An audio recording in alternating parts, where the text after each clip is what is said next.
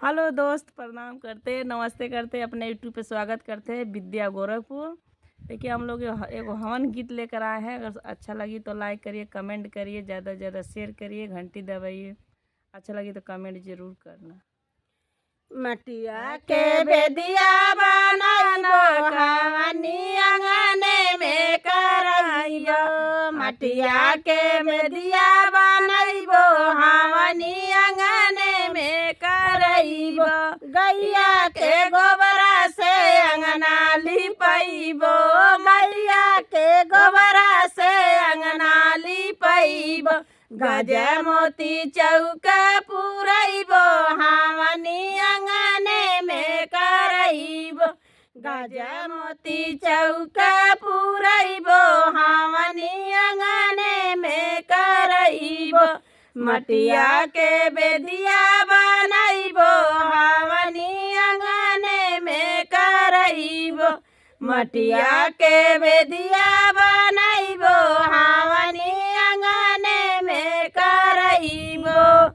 मलिया घरे जाइबो ता फुलवा ले आइबो। मलिया घरे जाइबो ता फुलवा ले आइबो। सुंदर सुंदर गजला बनाइबो हवनी अंगने में कराइबो। सुंदर सुंदर गजला गोताइबो हवनी अंगने में कराइबो। मटिया के बेदिया बनाइबो हवनी अंगने में कराइबो।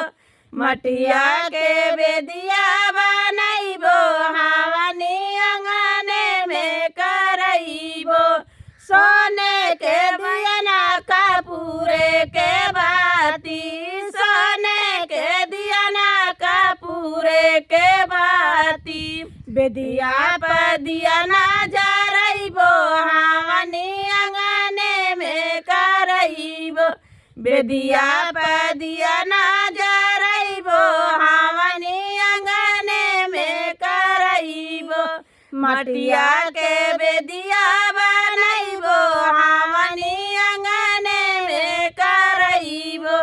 मटिया के बेदिया बनाइबो हवनी अंगने में कराइबो। हेलो दोस्त, देखिए ये हवन गीत है। आप लोग को अच्छा लगी तो ज़रूर कमेंट करना।